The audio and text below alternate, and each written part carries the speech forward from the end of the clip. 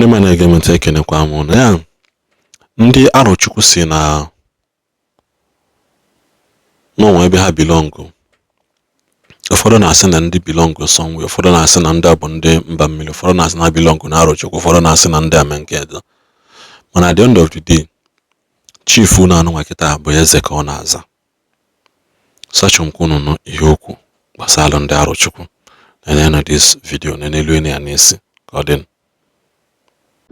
The Aros live here, but we are also spread to, now we've counted over 350 settlements across the entire southeastern Nigeria and up to, mid-belt of Nigeria. So if I count the current states of Nigeria where we find Aro people, it will be here, Abia State, Imo State, Anambra State, Delta State, Enugu State, Ebonyi State, Cross River, Akwa Ibom, River State, Bayelsa State, Edo State, Kogi, and Benue, right? So it is popular called Aro Confederacy. And why it's called a confederacy is because it's a network of people who subscribe to a constitution of care for each other. So if there is war, we come together, we fight the war. If there is trade, we come together and we do the trade. Whatever it is that is, the thing at then, we come together and we do it. And because of that coming together and doing it, the Aros then ended up playing a major role in the slave trade era, right? Slave trade lasted from about 1600 to late 1800. So during that period, the Aro nation or Aro civilization or Aro empire, whichever you choose it, was at its peak, providing leadership through the throne of the Eze Aro. And the throne of the Eze Aro is one of the most ancient stools in the world, all right? But our history is mostly oral. Our written history is very, was held in secrecy. So even if there were recorded history, because we have the Insigiri way of writing, so we have always been writing, but it's held in secrecy.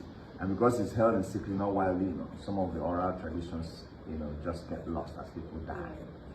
So, we count and we say Eze Aro the ninth, and we say it's in the open era, okay? Which is at the point where people can still remember. Now, in the pre-open era, nobody knows if I'm Eze Aro the 1000 or the 2000, nobody knows. But what we believe is that, we are indigenous to this place or indigenous to this place. There are people who say, oh, the Aros migrated from Israel and all that. We don't believe that. The Aros were created by God here and named after God here. So we are we call ourselves the origin. And now people say, does that contrast with the Christian worldview now that you're a Christian? I said, no. What we know from the Bible is that God created the Garden of Eden. And when he drove man out of the Garden of Eden, he put angels with flaming sword. And to this day, nobody knows where the Garden of Eden was. So it might as well be here. We don't know. The right answer is we don't know. But what we know is that we are created here and we are planted here. That's what we know. So the Aros provided leadership through the Eze Aro throne. The Aros also provided religion through the Chukwu oracle. Traditionally, we call it Chukwu. And the British call it the long juju, but there is really nothing long or nothing juju about it. It was poor branding by the British to demonize it, okay? But for our people, it was religion that the Aros developed indigenously that was responsible for settling disputes, for resolving issues, trade issues, and all of that. It was a powerful oracle. It made the Aros a nation of priests. So our sons, our daughters could live here and go to any place and become priests in those places and teach the people how to worship, how to, and if there is any big issues that you can't resolve, then they will bring the people here, right? So that's the pattern that our people established by themselves, and it was there for many, many, many years. So of course, when the British came, the outsized influence of the oracle was a challenge to colonial establishment, and those were part of the reason why we ended up with the Arab-British War. So our people provided religion, right? And that's something you can interrogate. And then our people also, Aro provided education. So nations and kingdoms used to send their princes and princesses here to us to be trained, because royalty was here, proper protocols, how to run royalty and all of that. So they send them here, and we teach them the art of military warfare. We teach them local knowledge of medicine and things like that. So, and we had a writing system called Nsibiri. Now you hear people say Nsibidi. That's more referring to what the neighbors in the Cross River side were doing, but the Aro version of it was Nsibiri. Which was a method of writing that combined figures, movement, sounds to be able to communicate and preserve information over time. So that's really a powerful reflection of what our people were able to do, and it had both letter writing, and it had numbers of Google. That the people could use to count the goods, exchange goods, and all of that. And then our people also had indigenous money. We had money, so there was medium of exchange that our people created that was widely used. If you think about it, the Arabs were like the central bank. They were providing this obo for people to use for purposes of trade, and our traders made it quite popular across these areas that I have just described. Then also our people also provided the idea of very, very complex and sophisticated diplomacy. Yeah, so now we talk about international diplomacy, but the Aros indigenously and traditionally had very high and sophisticated diplomacy. So you need to think about it. To create all these settlements required that you had sufficient understanding of how to interrelate with people to enable you to go to those places, and it won't be war where people fight and kill themselves, and they're able to coexist with people. So our people, if you think about trade missions, think about emissaries, think about embassies, those kinds of things we already had, right? Where we were able to establish, highly sophisticated diplomacy, traditional diplomacy.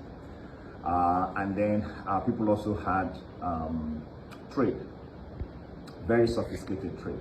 So most of these Aro communities, were considered to be trade outlets or trade network. Of course, they rose to prominence during the slave trade era, but what I've said in international lectures that I've given is that before slavery became a thing, there was palm oil, there was palm kernel, there was, cocoa, there was metal work trade, there were pottery trade, there were all kinds of materials and food items, agriculture, that this trade network enabled the Aros to, participate. And because we were also started trading with the Portuguese, they were the first to come before the British came.